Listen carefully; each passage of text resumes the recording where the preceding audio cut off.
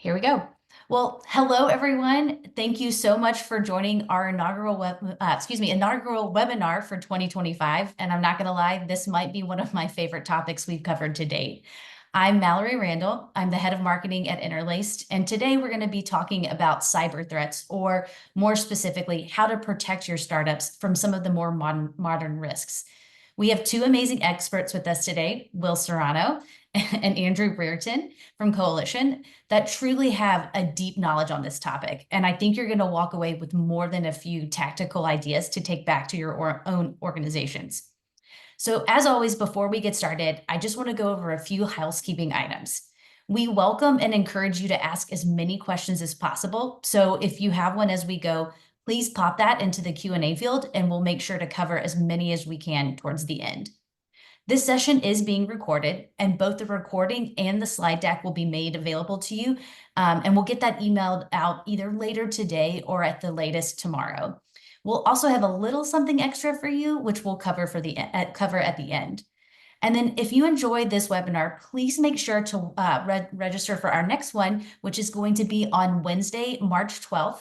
And we'll be deep diving into the world of employee onboarding and offboarding, and ways to use automation to make that process smoother and a little bit more efficient.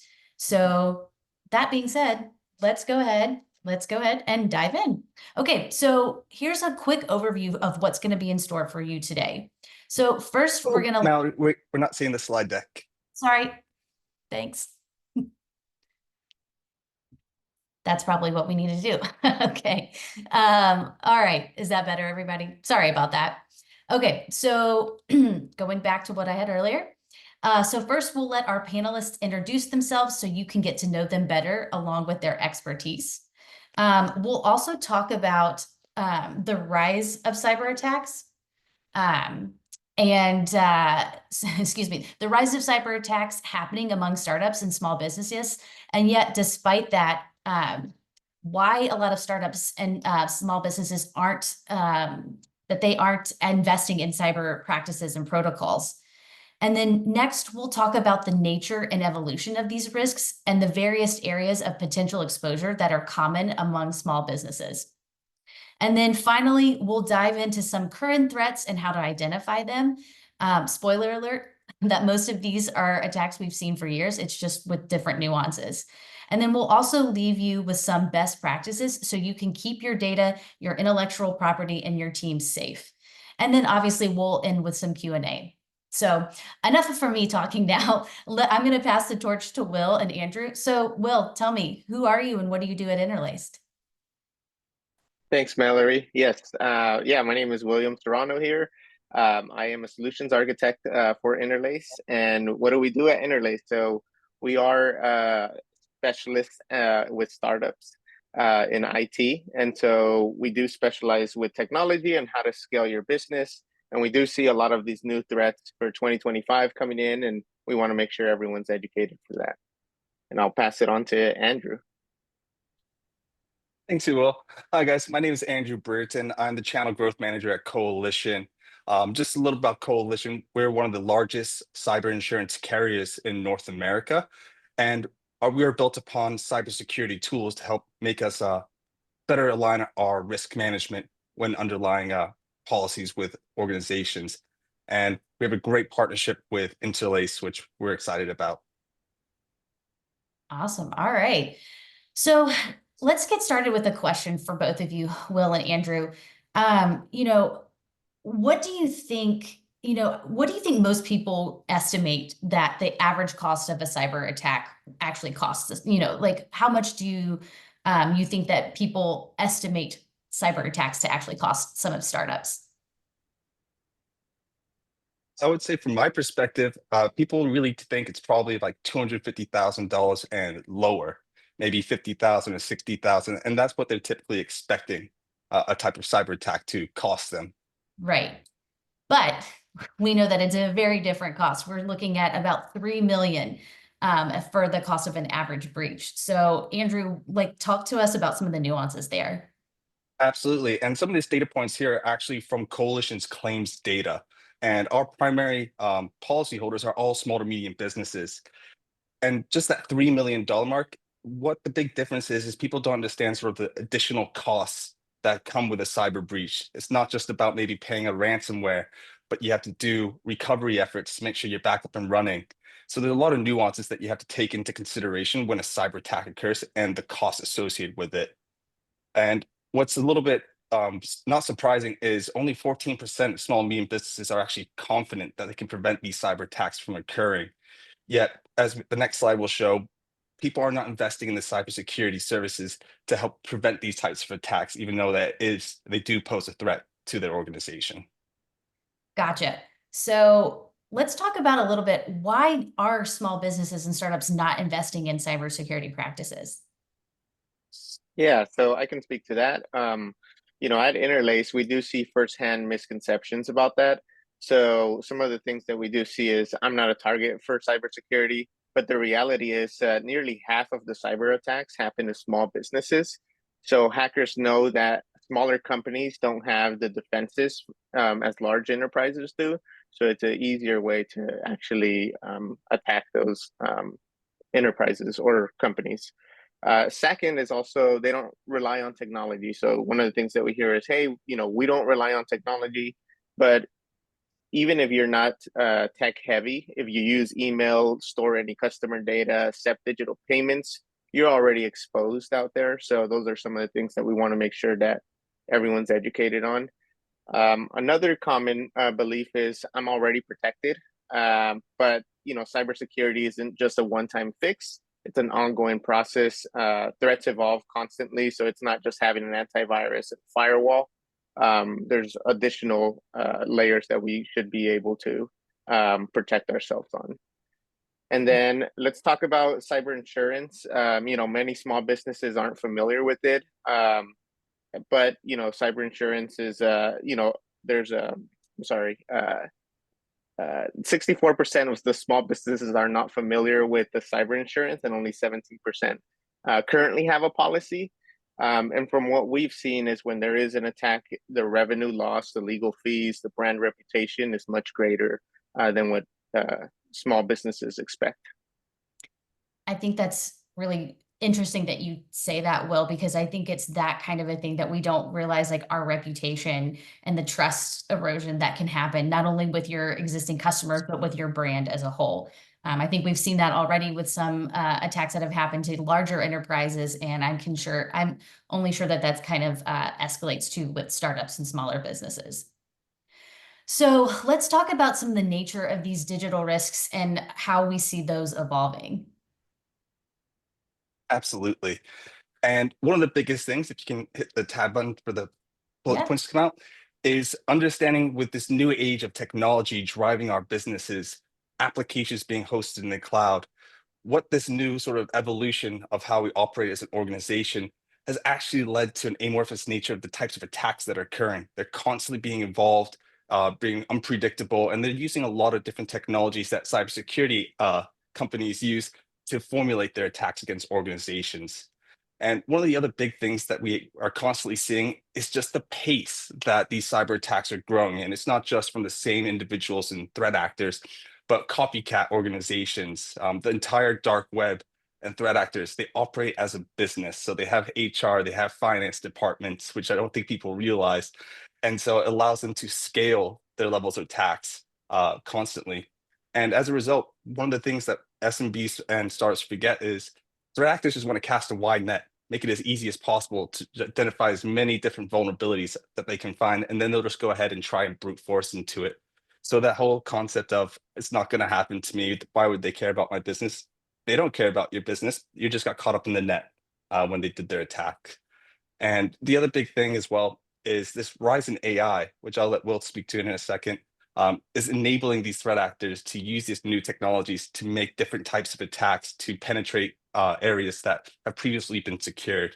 So it's definitely a little bit frightening out there, but it's important to just make sure you stay atop of the trends. Yeah. Oh, yeah. Yep. Well, yeah, I'd love to hear your take on the AI front. I know that is a hot button topic for everyone these days. Yeah, definitely. And we've seen AI has been evolving really, really quick. And so instead of, in days or in minutes now, or, breaches happening every day. It's happening every minute. There's so many AI driven malware now, deepfake scams, AI voice impersonation, even, video impersonation as well. So it's not just preventing certain things. We do have to take a multi-layered security approach, having continuous monitoring and incident response plans as well.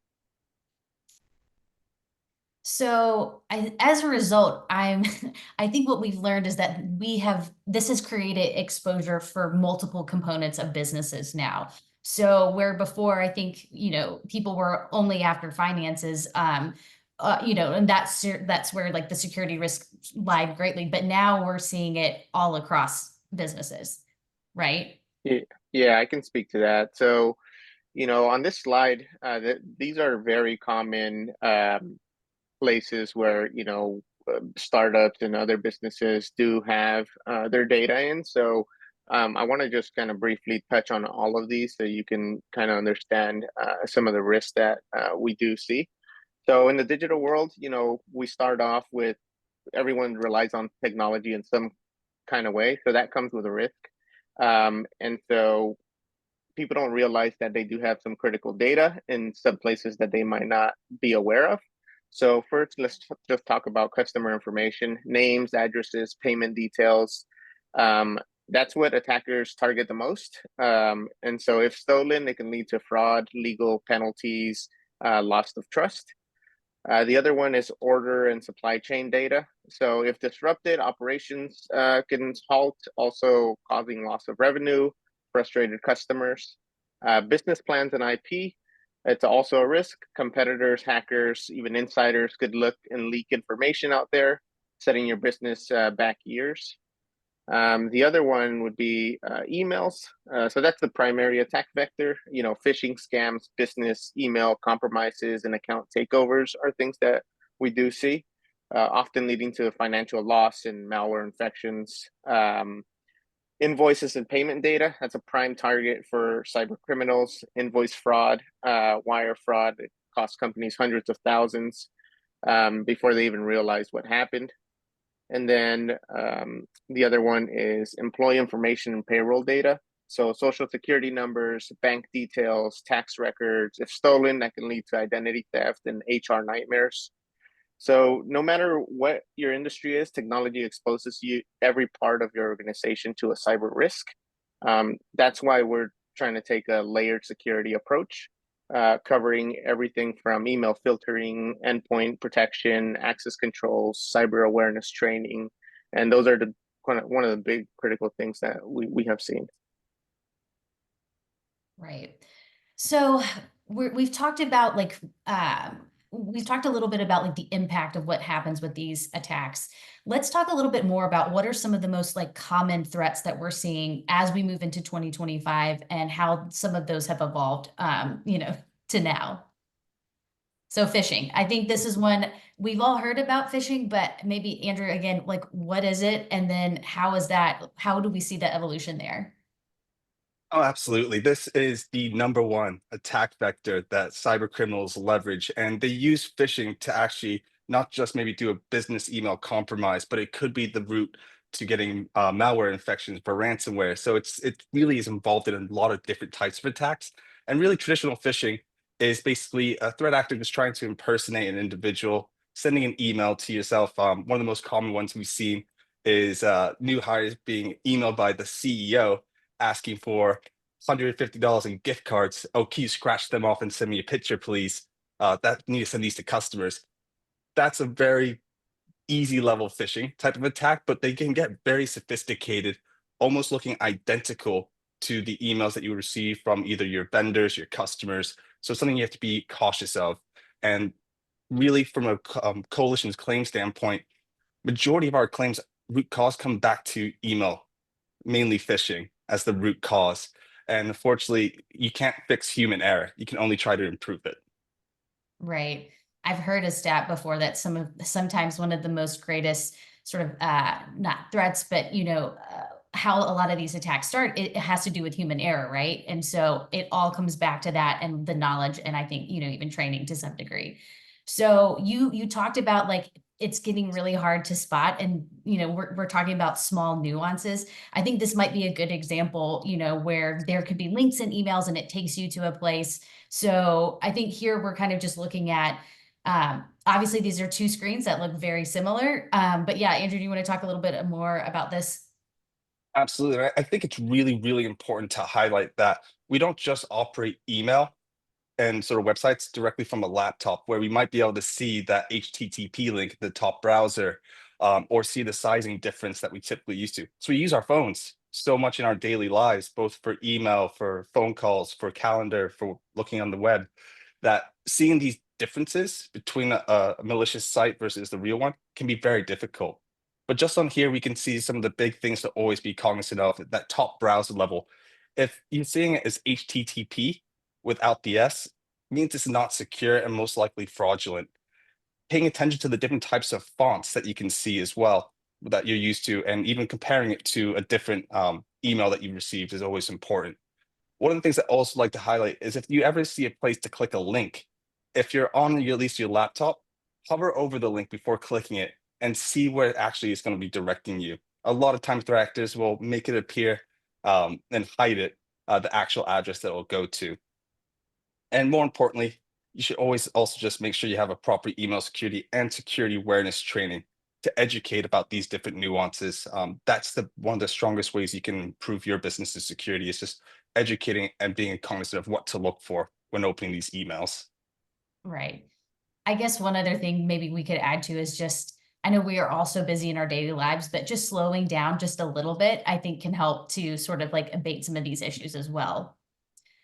Okay, so let's talk about some ways to protect against those. I think you started to mention some of those, but what are other ways that startups and small businesses can protect themselves? One of the really great tools with most of the email security and email tenants out there is having at least a flag that actually says if an email is from outbound. A lot of times that will easily help you differentiate between a phishing email from the CEO versus an actual one where there is no flag. But also just constantly monitoring for activities to check whether or not people are logging into the email from the normal locations and not all of a sudden appearing in Europe or Asia for login attempts. Definitely highlight security awareness training. It is so important. And it's more important not just for the business, but for the individuals as well. They can bring that knowledge to share with their family and friends, because threat actors are not just targeting businesses, they're targeting everyone at the end of the day. And finally, I'll definitely highlight multi-factor authentication. Having a multiple layered security approach to be able to access the most targeted system for threat actors is mission critical.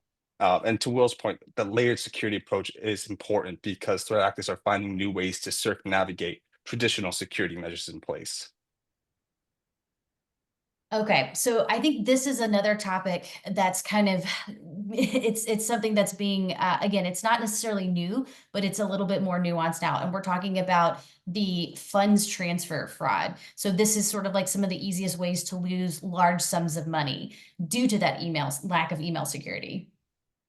Yeah, and as Andrew was mentioning on the first example of phishing emails, now with the using AI, it's not just a tool for people working and creatives, but it's also for people that are doing malicious acts as well. So uh, things that were taking one time, so like if you were attacking one person, now you can program AI to attack multiples at a time and send different examples and things like that. So those are the things that are maturing as well. So uh, funds transfer fraud is also one of the simplest and most devastating cyber threats. Businesses lose millions, and this is also now evolving with the help of AI as well. So here's how it works. If an attacker gains access to an employee's email, typically by a phishing email, often the finance department is a very targeted group or some kind of executive. So they, send phishing emails, and then they, once they compromise, if they don't have, multi-factor authentication or some kind of zero trust environment, once inside, they just stay in there. They monitor emails, learn the processes, and they're looking for the right moment. Then they strike. The attacker just sends something that looks legitimate, may come from a CEO requesting like an urgent wire transfer to a vendor, updating some kind of payment details, and then believing the request is real. The enterprise sends money to the fraudulent account, and then usually they find out later when they're doing their accounting, and then they realize that the funds are gone. What makes this scam so dangerous? It doesn't require hacking into bank accounts, just one compromised email. And because the request appears internal, it often bypasses any normal fraud detection. Right. Which I think it just goes to show like what we were talking about earlier, like slowing down and even putting like checks and balances in place in your departments, right? Like I know it's really easy when a vendor needs money right away, somebody that may just be starting or hasn't gone through that sufficient training yet. It's really easy for those funds to get released, assuming they have the access to do so. So I'm glad that this is like coming up and that, we're seeing it doesn't take a lot. Like it's not like these people are behind the scenes spending hours on this. It is really just simply an email chain that starts. And like you said, there it goes. So again, let's talk about some ways to protect against this. I know there's a little bit similar to phishing, but I think we've got a couple of other nuances here. Yeah, definitely. So with cyber threats evolving, it's not just having a firewall, like I mentioned, it's taking that layered security and smart processes approach. So let's talk about some of those. First, multi-step verification. This means requiring multiple approvals before processing sensitive transactions. If a hacker gains access to one account, they still can't move or transfer funds or access critical systems without another layer of authorization. So that's one big one. Next is dual control. So no single person should have power to approve large transactions alone, requiring two separate individuals to sign off on payments or systems. System changes drastically. That reduces the fraud risk as well. Two-factor authentication, one of the simplest and yet most effective security measures. Even if an attacker steals your password, they can't log in without second authentication factor like mobile app, code, or some kind of security key. Speed also matters. So the faster you catch fraud, the better your chances are of stopping it. Businesses should set up real-time alerts or unusual login attempts, wire transfer requests, or changes to vendor payment details. And then reviewing large transactions often is another crucial step. Cyber criminals often hide fraudulent payments among legitimate ones, hoping they go unnoticed. And a structured transaction review process ensures red flags don't slip through. And then email security hygiene. Since frauds start with email, businesses must train employees to spot phishing attempts, like we were just mentioning, avoid clicking suspicious links, verify payment requests through second methods like a phone call. And even with that, just making sure that, you are speaking to the right person. Cyber criminals isn't about just one solution. It's about layers of defense working together. By implementing these best practices, businesses can significantly reduce the risk to prevent costly fraud. And just to quickly piggyback upon one of the comments Will made, is when calling to verify that the request is real, don't always just use the phone number that's in that email, because if it's a fraudulent individual, that's what we call a man in the middle attack, where they're intercepting all the messages. They're going to put their phone number, and as Will talked about earlier, they can use AI voice generation to start capturing and make it sound and appear as if it's the individual you're talking to. So always check the actual company's website and using the proper phone number from the website when calling to confirm everything. Right. And is it fair to say too, if it's a contact that you've had, you may have made contact with before, to go and look to see if that number is the same, or, again, I think calling the company is much better, but like, I've also seen times where I've had outreach to me too, but I've been able to sort of like cross-reference a previous email that I had, and I realized that there were some very small nuances, like the phone number, even like an extra letter in their email address, and I was like, yeah, this is not the right person. And it goes to your comment of we got to slow down. Yes. Take the extra time to review. Yes, I know. Yep. All right. So next we're talking about ransomware. It's never going to go away, Yeah. unfortunately, and ransomware has only continued to grow from what we're seeing as a cyber insurance carrier. And it's not just that it's growing; it's the costs and the ransom demands are also increasing because it's been easy for them. Threat actors are easily able to get into organizations. When a ransomware attack occurs, the original threat actor who created the malware might not even be the person attacking you, which is always interesting because they outsource those activities. But to be considered a ransomware event, your files are going to be encrypted. You're not going to be able to function as a business. As I mentioned earlier, these organizations act as true businesses. So you're going to have a contact and help desk where you can go and interact with the threat actors to understand what steps you need to take to go ahead and pay them. And if sometimes, not always, you do end up paying the ransomware, they'll then send you the right information to decrypt the data. But be very cognizant of there are issues where multiple threat actors will repeatedly encrypt your data. Once you pay the first time, they know you're willing to pay, so they'll target you again. So just be cautious when just dealing with threat actors and work with your cyber insurance carrier because they will have the expertise to work with you and the threat actors to make sure you can recover from the event. Man, so that I think is probably one of the scariest ones in my opinion. And, that's when I think of cyber attacks, I think ransomware is probably the most common, is really what people think the most about. So again, what are some common or what are some ways that small businesses and startups can defend themselves for this type of attack? I mean, we've already talked about email, but email still is definitely one of the most important things because that is a primary delivery method for ransomware, either via attachments or malicious links where you download the malware. But having a proper, what we call EDR, NDR, Endpoint Detection and Response, this is basically connecting to your environment and starts to see any anomalies that might be occurring that would trigger an alert to say, hey, someone might have breached your organization, allow you to lock down, prevent the attack from scaling, and allow you to do remediation efforts.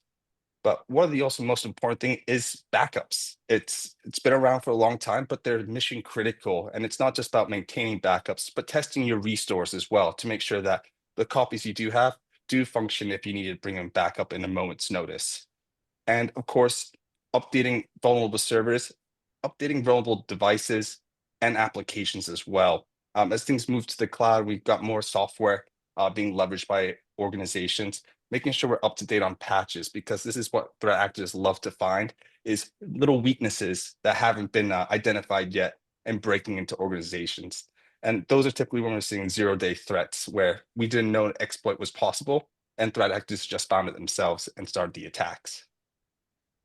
Yeah, I feel like I'm getting more and more of those emails sometimes about like companies identifying zero-day threats. And, that's it's a great. Obviously, if we didn't have some of these monitoring things in place, we wouldn't be able to have those. But I think we can't discount the fact that those are increasing more and more every single day. So again, when we're talking about these threat actors, they're looking for various like things to exploit. What specifically are they looking for? So it's just looking for what we would call just sort of air gaps in the systems where there might be something that's unpatched that is a way for them to take control of a machine. One of the most common ones that leads to ransomware attacks is an open remote desktop protocol, which basically allows a threat actor, if they can gain access through that port, they'll be able to actually control the full machine and then start navigating throughout the network to be able to find where they can get access and then lock down the entire environments. The most important thing is really understanding the full picture of your threat analysis, whether it be from an external threats or internal threats, making sure things are updated on patches, passwords, passwords. It's not necessarily about the complexity of the password, it's about the length of the password. Because threat actors are not manually sitting there just typing in different password variations and hoping they'll get it right. They have machines and automated processes that can try tens of thousands of passwords in minutes. So making sure you have the longer the password, the harder it is to break down. And of course, they're just looking for any misconfigurations in email security. If you don't have DKIM set up, for example, this will help, which is designed to basically prevent people from spoofing your domain. So which would be a lookalike domain, which they can then use to go after your customers, for example. And it's just working with the correct individuals like an Interlace to really help maintain and monitor frequently your entire environment to make sure there's nothing that's going on that shouldn't be. Yeah. Well, I don't know if you have any more to add to that, but I know these are things that we have seen in the past too. And definitely this is stuff that we try to help, our clients protect themselves against. Yeah, definitely. And with the evolution of AI as well, I like to bring AI in this example as well. We do have to take a zero touch trust approach. By that I mean, not everything that comes in, even if it comes in, if you believe it comes in from a trusted person, just double verify that that person is actually the person doing it. I recently just had an example, and this is happening not only to businesses but also to people in their personal lives. I had one person that received a call that someone was being kidnapped, and they put that person on the phone, and it was it was actually a voice impersonation of the person they were trying to kidnap. It was a false alarm, but they were asking for ransom. So those are some of the things that you see in actual personal life. And so I did connect with a few other enterprises. The FBI actually released an article about having secret words or passphrases to really prove the identity of someone. And so that's a big approach that we're trying to educate others as well to take. It's a big thing that's evolving, and it's a huge risk as well. I mean, it's again, these things, the evolution, I know we keep going back to that. I just, how real these are getting with AI, but the ability, once again, we keep coming back to slowing down, having those phrases and just asking yourself, like, does this seem like a real thing I need to act on? Or is this somebody that's trying to get access to something that, they shouldn't have access to? So, you said this before, but just in case for those attending today, if you like the most common entry point for cybersecurity attacks, we talked about this already, but it just bears repeating. It's these phishing attacks, and you're going through this and human error. We can't understate the importance of just the human error that comes into some of these attacks. And if your employees aren't trained, and if you have some of these, you haven't shared some of these best practices with them, it's really easy for those to sort of get kicked off there. So let's, again, we hopefully we haven't scared everybody off yet, but we've got some businesses here today. What are some strategies that people that are listening to this today, what can they take back and start implementing in some of their own businesses and among some of their employees? Yeah, I can speak to that. So the best defense against cyber threats is early detection. If you can spot the threat before it causes damages, you can stop the attack in its tracks a lot of the times. But how do they start? So let's break it down. First, you can start by employee training. So your team, if you're first in line of defense, also the biggest vulnerability. So just make sure that they are trained on phishing attacks, social engineering, credential theft. Having a clean desk policy is also big. So regular security awareness training help employees recognize suspicious emails, fake login pages, unusual requests before they come in. Those are huge ways to identify threats. Next is security scans. So just like your health check in your IT department, running regular vulnerability scans, network monitoring, phishing simulations to help identify pain points.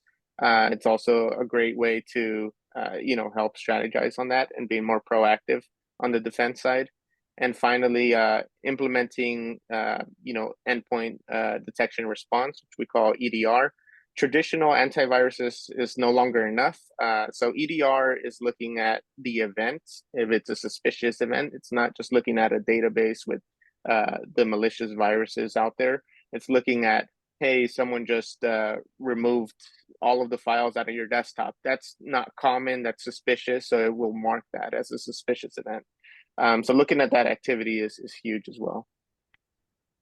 Something that I've done before, and it, depending on the how often you want to do security trainings is totally up to you.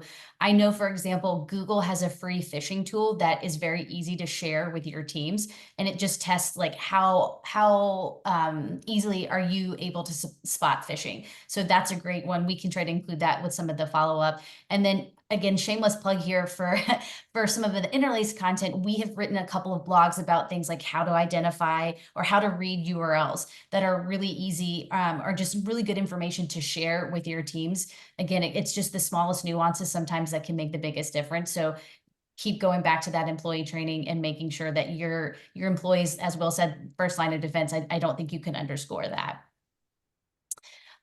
Okay, what about some more? What are some other like best practices and recommendations that businesses can look at? Yeah, so in an environment, it's helpful to create smart habits and strong policies to help protect your business every day. So let's go over some of those practices. First is establishing security policies. Share with the employees what those policies are. So simple steps is like locking screen when stepping away, using strong passwords, recognizing phishing attempts. Those go a long way, just reducing the risk. And then security is a team effort, and everyone needs to just be on the same page for that. Next one is keep systems updated to protect remote work. Outdated software is hackers' best friends. Regular updates is a must. If employees work remotely, require a VPN or even better, zero trust framework to ensure access is tightly controlled. One of the biggest security wins is enable multi-factor authentication on all accounts. Even if the password gets compromised, MFA stops attackers from getting in. This step alone blocks about 99% of automated attacks that come in. For even better security, implementing single sign-on solutions. Single sign-on allows employees to securely access multiple applications with one login, reducing password fatigue while maintaining strong security controls. And one that Andrew did mention was email security is critical. So SPF, DKIM, and DMARC. So what is that? That really is protecting your domain reputation. So it protects your domain from spoofing, phishing attacks. The settings help prevent cybercriminals from impersonating your company and tricking employees or customers. Performing regular data backups, enforcing security device management. So cyber attacks, especially ransomware, can cripple businesses, but having reliable offsite backups ensures quick recovery. So secure all employee devices, endpoint protection, encryption, remote wipe capabilities in case of loss or theft. And then cybersecurity isn't just reacting to threats, it's building a strong defense before attacks happen. So by following those best practices, businesses can reduce the risk to protect sensitive data and stay ahead for cyber threats in 2025. Well, not to put And you. Oh, sorry. Go ahead, Andrew. Go ahead.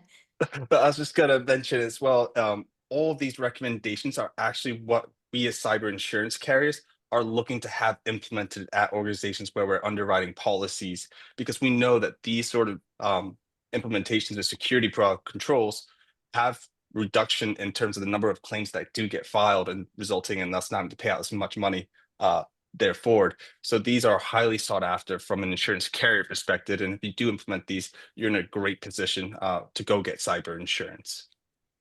When we talk about security policies, and this is really a question for both of you, Will, does that apply to AI? So how you're using AI, what you're allowed to, again, I think it's going to vary from company to company, but I know this was something we talked about earlier. I would assume that would extend to some of these policies as well. Yeah, definitely. So with adopting AI, especially for small businesses, I wouldn't just take the approach of just creating an account and adopting it and giving it access to your data. So the way that AI works, it's looking at existing data and making, a decision on that. So whenever you're implementing AI, make sure you do set up AI best practices. So setting up an AI policy is a huge thing to train staff on what to really put on AI. Also, setting up data loss prevention before you even enable AI is huge. So once you enable AI, you're giving it access to everything that's on your environment. If you choose to do that, but if you set up certain controls like data loss prevention, you can say, "Hey, we do not want AI to access any of this critical information." So you can take a better approach in making sure your data is not out there. And Andrew, I'm assuming for, for the cyber, like the cyber policies that you guys do too, I'm assuming that you're looking for some of that as well. It's definitely as we progress and AI becomes more and more prevalent, it's something that's going to be taken into consideration and will start to really impact in sort of how we underwrite and provide different types of coverages will be impacted by AI. Man, AI is gonna, it's It's making, good and bad. it's a great thing. Yeah, I think it's making our, it's definitely making our jobs more interesting, but at the same time, it's forcing us to think about things we never would have, initially considered, like we had in the past. All right, so we've got we're to the Q&A portion. So just a couple of quick questions, Will and Andrew, for you. So how can startups assess their current level of vulnerability to cyber threats? And is this something that you can do yourself, or is this something where it really makes sense to collaborate with a partner? Absolutely. From our perspective as like a cyber insurance carrier, just in general, unless you have the expertise and in-depth knowledge of how to first off implement certain scanning technologies, but also being able to understand the results and the necessary actions that have to be taken. If you don't have those expertise, it is critical that you work with a partner that does have that capability. Otherwise, the results and outcomes won't have really any impact on the organization. At least that's from my personal perspective. Yeah, definitely. Yeah, I do agree with that. So, if you're not familiar with this, and I know a lot of business owners are focusing on the actual work that they're providing or service. So do reach out to an expert. We're more than happy to assist as well. Have just a small conversation. There's also additional sites that you can go to that can look up. Just ask you certain questions. You could also ask for a cyber risk assessment. Those are small things that kind of tell you where your company is at right now and what measures you need to take to just make sure you're up to best practice. Right. And I know there are companies like ours that actually will do those scans for you, and we will not only do the scans for you, but we will also help with the mitigation process as well, which I think it's one thing to identify, but then it's a completely different thing to remedy and to make sure that those are continually addressed. I think we said earlier, cybersecurity is not a one-time thing. It's something that needs to constantly be at the forefront for businesses. So we talked about backups a lot, and I think this is something that's really important. How frequently should startups and small businesses perform data backups, and are there any best methods to do this? Yeah, I can speak to that. So, I mean, best practice is really understanding first what your incident response plan is and what your disaster recovery plan is. So it varies from different type of businesses. Some people might need it in real time backups. So understanding your downtime tolerance is going to be a huge thing. So if your business was to be down for some kind of attack or some kind of disaster, how much data are you able to really tolerate to lose, and most of the time is zero. So if you want to make sure that you're up to best practice, is making sure you have real time backups. That's going to be huge. And others might say, hey, if I lose 1 day of data, it's not the end of the world. I might be able to recreate it. So understanding that there is pricing that needs to be in that conversation as well. That with more robust solutions, there might be a pricing change as well, but definitely something to consider. Understanding your tolerance would be the first thing I would suggest. Kind of testing. And I would also comment as well, it's great and important to have the backups, but it's also just as equally important, as I mentioned earlier, to test those backups for a restore. A lot of times people last minute ransomware attack feel confident they have backups only to find out that one of the backup files were corrupted. That's because they didn't test it. So that should always be a part of any backup and disaster recovery plan. So and have the confidence that in the event something happens, you've already tested to know that you can get back up and running. So, what are some of the most common mistakes? Let me back up here. In the unfortunate situation, if a startup or a small business were to suffer a cyber attack, what are some of the most common mistakes that you both have seen after they've experienced the stack that they make? And then what should they do differently? Yeah, I can speak to that. So, common mistakes is really um, just trying to remediate it without knowing exactly where it came from. So, understanding doing a forensic investigation when there is an attack is critical. Sometimes it may be just not touching any of the systems, make sure that no one has access to them at a specific time. Um, and so those are some of the misconceptions that I've seen, that hey, let's just try to get them up and running in some kind of way. But if there's some kind of attack, most likely the attacker is already inside your network.